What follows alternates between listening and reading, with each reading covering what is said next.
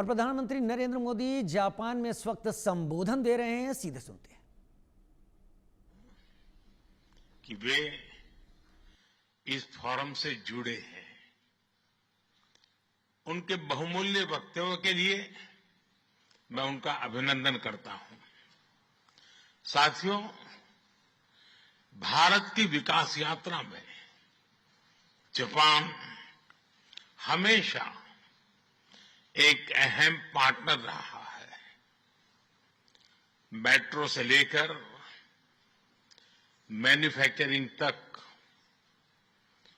Semiconductor से लेकर startups तक, हर क्षेत्र में हमारी साझेदारी आपसी विश्वास का प्रतीक बनी है।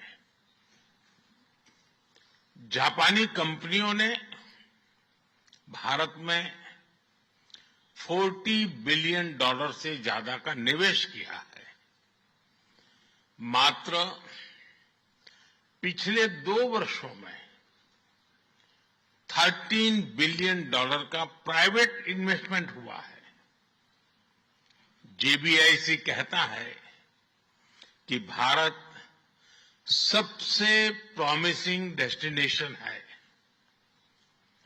जेट्रो बताता है कि 80% कंपनियां भारत में एक्सपांड करना चाहती है और 75% ऑलरेडी मुनाफे में है। यानी in India capital does not just grow, it multiplies. साथियों, पिछले 11 वर्षों में भारत के अभूतपूर्व ट्रांसफॉर्मेशन से आप सब भली भांति परिचित है। आज भारत में पॉलिटिकल स्टेबिलिटी है, इकोनॉमिक स्टेबिलिटी है, पॉलिसी में पारदर्शिता है, प्रिडिक्टिबिलिटी है। आज भारत विश्व की सबसे तेज ग्रो करने वाली मेजर इकोनॉमी है और बहुत जल्द विश्व की तीसरी सबसे बड़ी इकोनॉमी बनने जा रहा है। वैश्विक ग्रोथ में भारत 18% योगदान दे रहा है। भारत की कैपिटल मार्केट्स में अच्छे रिटर्न्स मिल रहे हैं। एक मजबूत बैंकिंग सेक्टर भी है। लो इन्फ्लेशन और लो इंटरेस्ट रेट्स, करीब $700 बिलियन के फॉरेक्स रिजर्व है। साथियों, इस बदलाव के पीछे हमारी रिफॉर्म, परफॉर्म और ट्रांसफॉर्म की अप्रोच है। 2017 में हमने वन नेशन वन टैक्स की शुरुआत की थी। अब इसमें नए और बड़े रिफॉर्म लाने पर काम चल रहा है। कुछ हफ्ते पहले हमारी संसद ने नए और सिंप्लीफाइड इनकम टैक्स कोड को भी मंजूरी दी है। हमारे रिफॉर्म्स केवल टैक्स प्रणाली तक सीमित नहीं है। हमने ईज ऑफ डूइंग बिजनेस पर बल दिया है।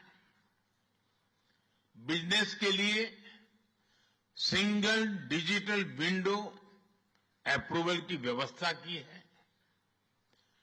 हमने 45,000 कंप्लायंसेस रेशनलाइज किए हैं। इस प्रक्रिया को गति देने के लिए डीरेगुलेशन पर एक उच्च स्तरीय कमेटी बनाई गई है। डिफेंस और स्पेस जैसे सेंसिटिव क्षेत्रों को प्राइवेट सेक्टर के लिए खोल दिया गया है। अब हम न्यूक्लियर एनर्जी सेक्टर को भी खोल रहे हैं। साथियों, इन रिफॉर्म्स के पीछे हमारा विकसित भारत बनाने का संकल्प है, हमारा कमिटमेंट है, कन्विक्शन है और स्ट्रेटेजी है। और विश्व ने इसे रिकॉग्नाइज ही नहीं, एप्रिशिएट भी किया है। S&P ग्लोबल ने 2 दशक बाद भारत के क्रेडिट रेटिंग अपग्रेड किए हैं। The world is not just watching India, it is counting on India. साथियों, अभी भारत जापान बिजनेस फोरम की रिपोर्ट प्रस्तुत की गई। कंपनियों के बीच हुई बिजनेस डील्स, इसका बड़ा विस्तार से वर्णन दिया गया। इस प्रगति के लिए मैं आप सभी का बहुत बहुत अभिनंदन करता हूं। हमारी साझेदारी के लिए मैं भी कुछ सुझाव बड़ी नम्रतापूर्वक आपके समक्ष रखना चाहूंगा। पहला है मैन्युफैक्चरिंग। ऑटो सेक्टर में हमारी भागीदारी बेहद सफल रही है और अभी प्रधानमंत्री जी ने इसका विस्तार से वर्णन किया। हम साथ मिलकर वही magic batteries, robotics, semiconductor, ship building और न्यूक्लियर एनर्जी में भी दोहरा सकते हैं। साथ मिलकर हम ग्लोबल साउथ, विशेषकर अफ्रीका के विकास में अहम योगदान दे सकते हैं। मैं आप सबसे आग्रह करता हूं, कम make in India, make for the world. Suzuki और डाइकिन की सक्सेस स्टोरीज आपकी भी सक्सेस स्टोरीज बन सकती है। दूसरा है टेक्नोलॉजी और innovation. Japan tech power house है और भारत एक टैलेंट पावर हाउस है। भारत ने AI, semiconductor, quantum computing, biotech और स्पेस में बोल्ड और एम्बिशियस इनिशिएटिव लिए हैं। जापान की टेक्नोलॉजी और भारत का टैलेंट मिलकर इस सदी के टेक रिवॉल्यूशन का नेतृत्व कर सकते हैं। तीसरा क्षेत्र है ग्रीन एनर्जी ट्रांजिशन। भारत तेजी से 2030 तक 500 गीगावाट रिन्यूएबल एनर्जी के लक्ष्य की ओर अग्रसर है। हमने 2047 तक 100 गीगावाट न्यूक्लियर पावर का भी लक्ष्य रखा है। सोलर सेल्स हो या फिर ग्रीन हाइड्रोजन, साझेदारी की अपार संभावनाएं हैं। भारत और जापान के बीच ज्वाइंट क्रेडिट मैकेनिज्म पर समझौता हुआ है। इसका लाभ उठाकर क्लीन और ग्रीन फ्यूचर के निर्माण में सहयोग किया जा सकता है। चौथा है नेक्स्ट जेन इंफ्रास्ट्रक्चर। पिछले एक दशक में भारत ने नेक्स्ट जनरेशन मोबिलिटी और लॉजिस्टिक इंफ्रास्ट्रक्चर में अभूतपूर्व प्रगति की है। हमारे पोर्ट्स की क्षमता दोगुनी हो गई है। 160 से ऊपर एयरपोर्ट्स है। 1000 किलोमीटर लंबी मेट्रो लाइन बनी है। जापान के सहयोग से मुंबई और अहमदाबाद हाई स्पीड रेल पर काम चल रहा है। लेकिन हमारी यात्रा यहीं नहीं रुकती। Japan's excellence and India scale can create a perfect partnership. पांचवा है स्किल डेवलपमेंट और people to people ties. Bharat का स्किल्ड युवा टैलेंट वैश्विक जरूरतें पूरी करने की क्षमता रखता है। इसका लाभ जापान भी उठा सकता है। आप भारतीय टैलेंट को जापानी भाषा और सॉफ्ट स्किल्स में ट्रेनिंग दें और मिलकर एक जापान रेडी वर्कफोर्स तैयार करिए।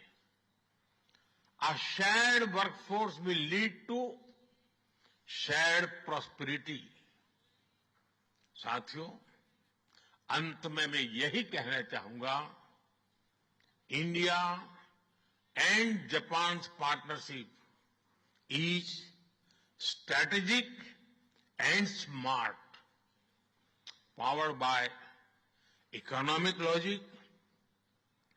We have turned shared interest into shared prosperity. India is the springboard for Japanese businesses to the global south. Together, we will shape the ASEAN century, Asian century for stability, growth and prosperity। इन्हीं शब्दों के साथ मैं प्रधानमंत्री Ishiba जी और आप सभी का आभार प्रकट करता हूं। अरिगातो गोजाइमास। बहुत बहुत धन्यवाद।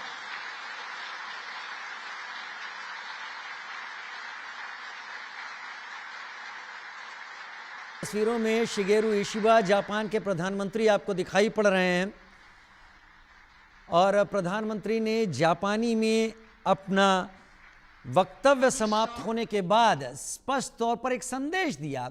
भाषा का इस्तेमाल करना उस समाज और उस भाषा के आदर को झलकाता है। प्रधानमंत्री नरेंद्र मोदी ने यह भी कहा कि जापान टेक जायंट है और भारत टैलेंट जायंट है। ये दोनों अगर जायंट एक साथ मिलेंगे तो ग्लोबल साउथ में एक नई बयार बहेगी। जापान से ट्रेड डील की तैयारी में प्रधानमंत्री नरेंद्र मोदी ट्रंप का टेंशन में आना लाजमी है। डोनाल्ड ट्रंप ने पिछले कुछ दिनों में भारत के लिए जितनी समस्याएं पैदा की हैं, भारत ने उतने ज्यादा अवसर अपने लिए खोजे हैं।